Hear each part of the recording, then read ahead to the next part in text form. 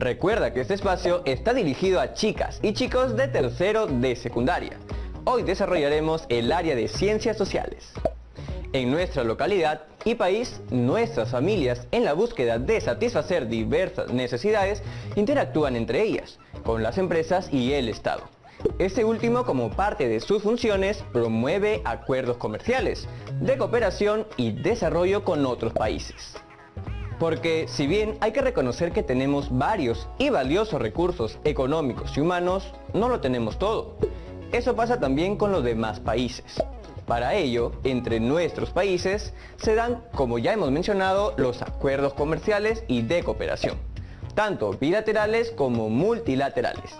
Todo esto seguro tiene que ver con la palabra globalización y el modelo económico que tenemos. Uy, ahora sí tengo varias dudas. Me pregunto, ¿y cómo funciona nuestro modelo económico? ¿Es el mismo para todos los países? ¿Y qué de la globalización? ¿Beneficia a mi localidad y país? Voy a necesitar su ayuda en esto. Tu reto es proponer prácticas para aprovechar la globalización en tu localidad a partir de analizar el rol del Estado y su relación con nuestras familias, los negocios y las instituciones financieras. Para ayudarte a ello, te invito a ver los siguientes videos sobre globalización y modelos económicos. Siempre tengan a la mano lápiz y papel. Ahora sí, vamos con los videos. Imagínate que en mi casa tengo un huerto de zanahorias, es decir, tengo que regar, cosechar y abonar. Qué rico, así podría comer todos los días pastel de zanahoria, jugo de zanahoria, estofado de zanahoria. Creo que me aburriría un poco de la zanahoria. ¿Calla nuevo, viejo? Ah, pero me acordé que mi vecino cultiva fresas, entonces puedo llegar a un acuerdo con él para intercambiar nuestros productos. Algo así sucede cuando dos o más países deciden negociar para intercambiar sus productos con poco o ningún impuesto. ¿Quieres saber más? Entonces no te puedes despegar de tu pantalla porque a continuación lo sabremos todo. Cada país tiene distintos tipos de riqueza. Unos pueden tener ganado, oro y diamantes, otros petróleo y gas. Pero, ¿hay algún país que englobe todo o sea autosuficiente? A ver, dejaré que pienses un par de segundos. Bueno, no hay país que englobe todas las riquezas. Perú tiene muchas riquezas. Sí, Helga, Perú es rico en minerales, agricultura, pesca, combustible y mucho más. Pero no lo tiene todo y le falta desarrollarse muchísimo. De hecho, ningún país es autosuficiente, porque ninguno puede producir todo lo que necesita por sí solo. Por eso se necesitaba de tratados con otros países para comerciar bienes y servicios que les faltan. Esto sirvió de gran ayuda durante y después de la Segunda Guerra Mundial, donde la crisis económica, la escasez y el encarecimiento de los productos afectaron a muchos países. Así nacieron los TLC, o Tratados de Libre Comercio. ¡Qué paja!, ¿no? El TLC se puede dar entre dos o más países, que llegan a un acuerdo para reducir o eliminar impuestos. Pero también hay pactos para no perjudicar el mercado nacional. Esto también dio origen a los bloques económicos. Sí, te preguntarás, ¿qué es un bloque económico? Facilito. Son un conjunto de países que inician procesos de integración. Por ejemplo, tenemos a la Comunidad Andina, CAN, al Mercado Común del Sur, Mercosur, a la Unión Europea, UE, entre muchos otros en el mundo. ¡Asu! Los bloques económicos son grupos de países que deciden tener acuerdos y convenios comerciales, también de integración económica, con el objetivo de crecer y solucionar los problemas que se les presenten. Al interior de los bloques se han firmado una serie de convenios de integración como uniones, acuerdos, tratados de libre comercio, entre otros. La creación de estos bloques forma parte de un proceso más grande llamado mundialización económica. Este es la CAN. No me refiero a un perrito. Es la Comunidad Andina, que fue creada en 1996. Helga, este bloque económico está conformado por Bolivia, Colombia, Ecuador y Perú. Por otro lado, tenemos al Mercosur o Mercado Común del Sur, conformado por Brasil, Argentina, Paraguay y Uruguay. Este bloque es tan chévere que en la actualidad comercian entre ellos sus bienes y servicios al mismo precio. No nos olvidemos de la naftalina. Uy, disculpen, que diga la nafta. que son las siglas en inglés de North America Free Trade Agreement. Pero como aquí hablamos español, la NAFTA es lo mismo que el TLC-CAN, o sea, el Tratado de Libre Comercio de América del Norte. Ya, mucho palabreo. Este bloque está conformado por Canadá, Estados Unidos y México, desde el 1 de enero de 1994. Sin embargo, en la práctica los negocios se dan más entre Canadá y Estados Unidos. Me he puesto a pensar en la Segunda Guerra Mundial y en lo feo que debe haber sido escuchar esos bombardeos y estar en medio de esos tiroteos. ¡Qué terrible situación! Pero espera un momentito. Si estamos hablando de economía, ¿qué tiene que ver esto con la Segunda Guerra Mundial? Bueno, ya hablamos antes que los tratados de comercio ayudaron mucho a los países devastados por esta guerra. Sí, esta guerra devastó Europa, pero estos países lograron ingeniárselas para salir adelante.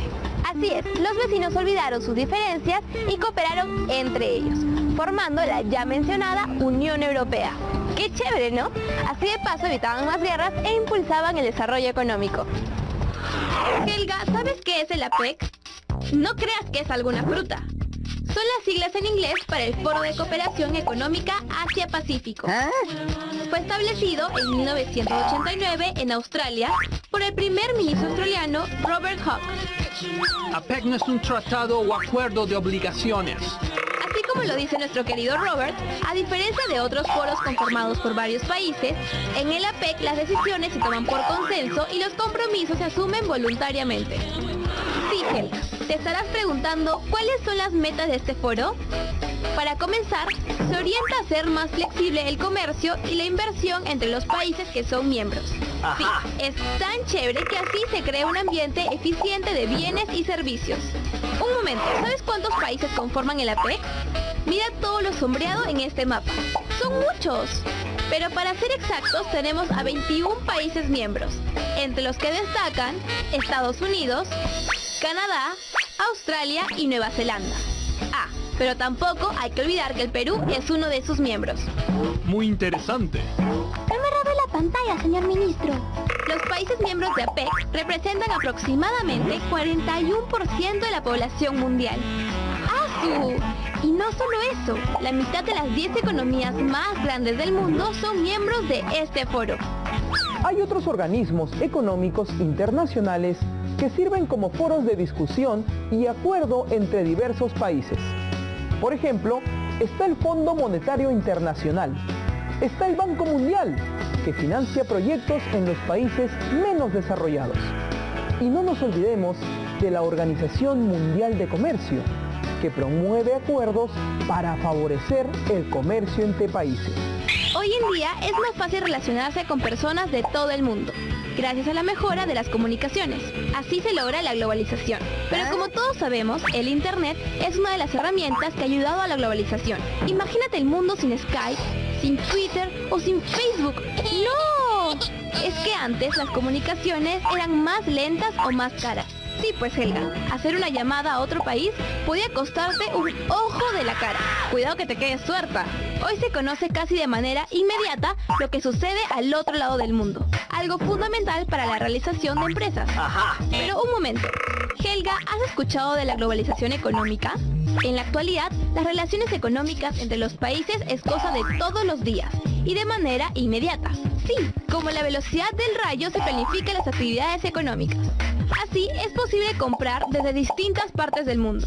También controlar las actividades de las sedes de una empresa. Sedes que pueden estar en la China o en la Conchinchina, manejadas solo con un clic. Lo malo es que tiene sus cosillas negativas. Por ejemplo, las industrias de países pobres no son tan fuertes para competir con las grandes industrias de países como Estados Unidos o de Europa. Como consecuencia, esto puede generar más pobreza o desigualdades económicas. Algunos países son más beneficiados de la globalización que otros.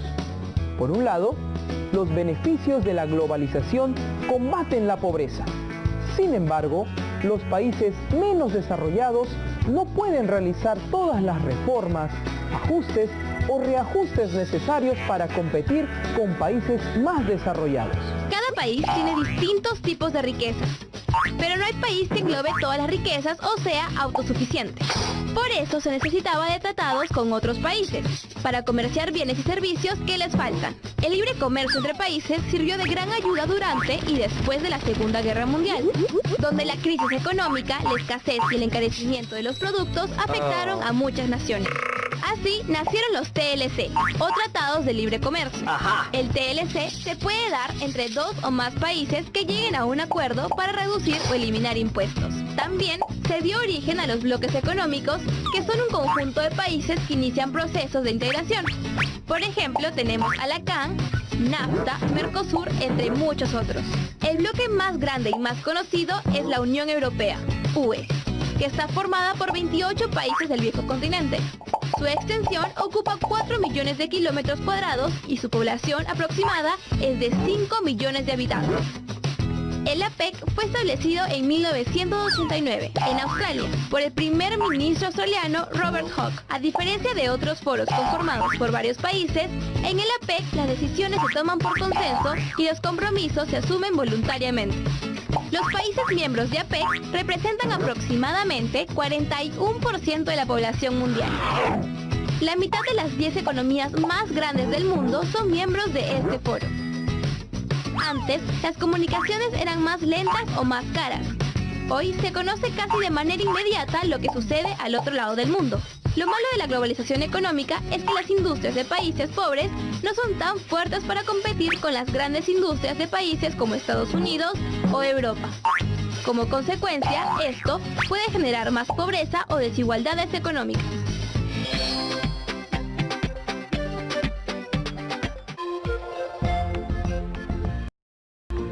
En el mundo existen países desarrollados, otros no tanto y también muy pobres. ¿Pero qué tendrían que hacer estos países que están en cola? La respuesta no es tan sencilla. Una de sus medidas sería aplicar un modelo adecuado. Bueno, este modelo no. Me refería a un modelo económico. De la aplicación y éxito de ese modelo, un país puede mejorar económicamente. ¡Qué chévere!, ¿no? La economía es muy, pero muy compleja. No es como jugar Monopolio en una tarde familiar. Yo compro 2 casas. Ay, Helga, en Monopolio puedes llegar a ser millonario y tener un montón de casas, aunque también puedes irte a la quiebra. Pero la economía no es un juego, sobre todo si se trata de manejar la economía de toditito un país. A lo largo de la historia se han visto grandes catástrofes económicas, como el crack en Estados Unidos en los años 30 o la terrible inflación en Venezuela, donde todos los productos escasean. Sí, Helga, no hay ni azuquitar para el café. Entonces, ¿de qué depende el crecimiento y desarrollo de un país? La respuesta es sencilla. Depende el modelo económico que impulse el Estado. Sí, el modelo económico define las reglas políticas, las reglas sociales y las reglas económicas. ¿Cuántos modelos económicos hay? Qué bien que preguntes, Helga. Hay muchísimos. Pero mencionaré algunos. Comenzaremos hablando del modelo liberal, que es netamente capitalista, con una intervención mínima del Estado y con una gran competencia de las empresas privadas.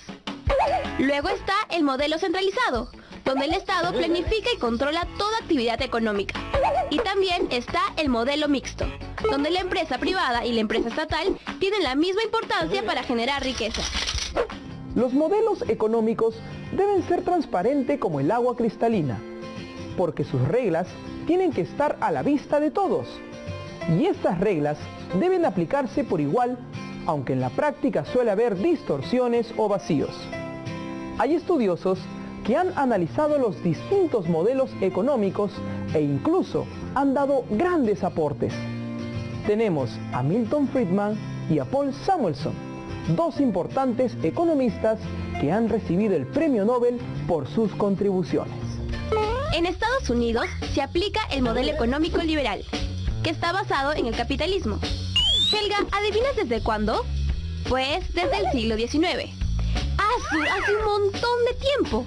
Sí, a diferencia de muchos países que se cambiaban de modelo económico, como es el caso de Argentina. El modelo económico de Estados Unidos se comenzó a impulsar con la llegada de una gran cantidad de migrantes. Se construyó el ferrocarril y sobre todo crecieron las industrias, lo que cuadruplicó las exportaciones entre 1860 y 1900.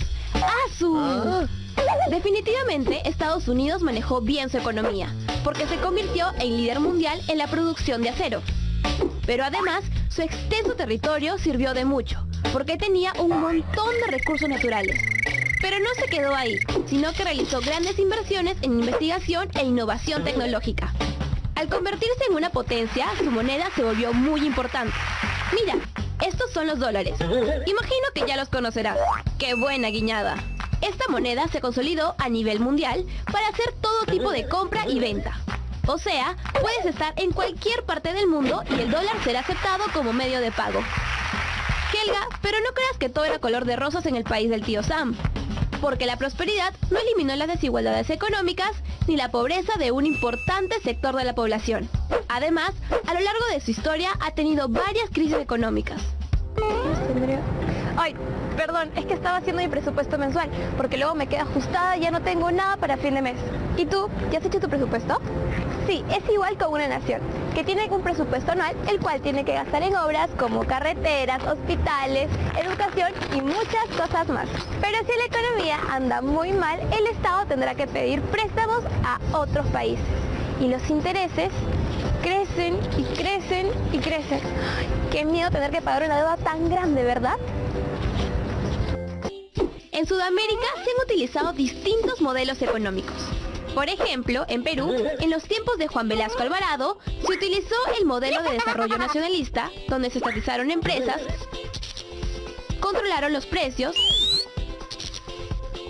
se limitó la importación de productos, entre otras muchas medidas que no tuvieron resultados tan felices. Mientras que en Cuba se utilizó el modelo socialista. Sí, después de derrocar al presidente Fulgencio Batista, se adoptó este modelo en la isla, donde casi todos ganan la misma cantidad de dinero. Además, se repartieron a los campesinos las tierras agrícolas. En Cuba hay buenos doctores. Así es, Cuba es una isla donde salen doctores muy buenos. Lo malo es que ganan bien poquito. Por eso muchos profesionales prefieren irse de su país para tener mejores oportunidades. Ahora nos vamos a Argentina, donde se aplicaron muchos modelos económicos desde su independencia. Por ejemplo, el modelo agroexportador, el modelo de sustitución de exportaciones y el modelo de apertura económica. Helga, parece que no se han puesto de acuerdo con los modelos. Primero veremos este, el modelo agroexportador, que es algo antiguo. En ese entonces, construyeron haciendas que producían carne y granos para la exportación. Con este modelo se establecieron lazos comerciales con Inglaterra, que siempre les compraban productos a los argentinos. ¡Che! ¡Nuestro producto es el mejor del mundo! Profe, ¿nos puede decir algo más? A fines del siglo XIX se inició la llamada Conquista del Desierto, donde integró a Argentina grandes extensiones de territorios, arrebatados a las poblaciones aborígenes, donde se constituyeron las haciendas productoras. Se crearon poco a poco industrias, lo cual aumentó la demanda de la mano de obra. Por esta razón, llegaron migrantes europeos que reforzaron el mercado. A la Argentina llegaron migrantes europeos, principalmente italianos y españoles atraídos por la creciente industria de ese país. Y mientras Marco buscaba a su mamá, el crecimiento económico era de un promedio de 5% anual hasta inicios del siglo XX. Por esta razón, se convirtió en una de las economías más importantes del mundo. Y bueno, somos lo máximo. Ah, pero tuvieron una crisis económica entre 1929 y 1930, donde disminuyeron las exportaciones. Por eso los argentinos se enfocaron en el mercado interno, con el modelo de sustitución de importaciones. Allí, el Estado comenzó a intervenir más y más en la economía. En todo ese periodo, la clase obrera se fortaleció un montón, por las constantes protestas de los trabajadores. Si no hay solución, la huelga continúa. Si no hay solución, la huelga continúa. Justamente en 1976 se produjo un golpe de Estado y otra vez se cambió el modelo económico. Helga, ¿sabes cómo se llamó este nuevo modelo? Sí, el modelo de apertura económica. Así, se abrieron las importaciones y se les quitó algunos derechos a los trabajadores. Y Argentina volvió a endeudarse con préstamos. Poco a poco las industrias entraron en decadencia y los sueldos fueron más bajos. Al final, todo esto provocó más crisis, la moneda comenzó a perder su valor y los precios subieron. ¡Uy, qué mal! Se ve que tenían que arreglar urgente este modelo económico. Y así fue. Un momento, entonces, ¿qué economías crecen más en el mundo? Generalmente, los países que logran insertarse en la economía internacional, los que estimulan el mercado interno mediante la reducción de la pobreza, los países que promueven la capacitación, salud y garantizan el ahorro y la inversión de los ciudadanos. Muy interesante, ¿no? El crecimiento y desarrollo de un país dependen del modelo económico que impulsa el Estado, porque define las reglas políticas, las reglas sociales y las reglas económicas. El modelo liberal es netamente capitalista, con una intervención mínima del Estado y con una gran competencia de las empresas privadas. Por otro lado está el modelo centralizado, donde el Estado planifica y controla toda actividad económica. Y también está el modelo mixto, donde la empresa privada y la empresa estatal tienen la misma importancia para generar riqueza. En Estados Unidos se aplica el modelo económico liberal desde el siglo XIX. Se comenzó a impulsar con la llegada de una gran cantidad de migrantes. Sin embargo, la prosperidad no eliminó las desigualdades económicas ni la pobreza de un importante sector de la población. Además, a lo largo de su historia, ha tenido varias crisis económicas. En Sudamérica se han utilizado distintos modelos económicos, como por ejemplo en Argentina. Las economías que más crecen en el mundo son de países que logran insertarse en la economía internacional, los que estimulan el mercado interno mediante la reducción de la pobreza, los países que promueven la capacitación, salud y garantizan el ahorro y la inversión de los ciudadanos. ¿Cuál de todos los modelos económicos es el mejor? Eso depende de la situación en la que se encuentre cada país, ya que un modelo económico no da los mismos resultados. Esto se debe a que cada país tiene una realidad distinta. Incluso dentro de cada uno existen muchas realidades, como por ejemplo Perú, que es muy diverso. ¿Qué les parecieron los videos? Bastante interesantes, ¿no? Logramos ver o escuchar que la globalización es un proceso económico, político, social y cultural que genera constante comunicación y vínculos entre distintos países del mundo. Ejemplo de ello son la Comunidad Andina, Mercosur, OMC, APEC, entre otros. Teniendo todo esto en cuenta, es hora del tan esperado reto. Elaborarás un texto donde propongas prácticas en tu localidad para aprovechar lo que trae consigo la globalización, viendo lo positivo y negativo en nuestro modelo económico. Este texto debe incluir tus propuestas de prácticas en tu localidad, justificar estas a partir de la conversación con tus compañeros o familia sobre qué ventajas y desventajas trae consigo la globalización en tu localidad y nuestro país. Tu reflexión sobre cómo beneficiará para hacer frente a los principales problemas que atraviesa tu localidad. Y recuerda, tu trabajo siempre al portafolio.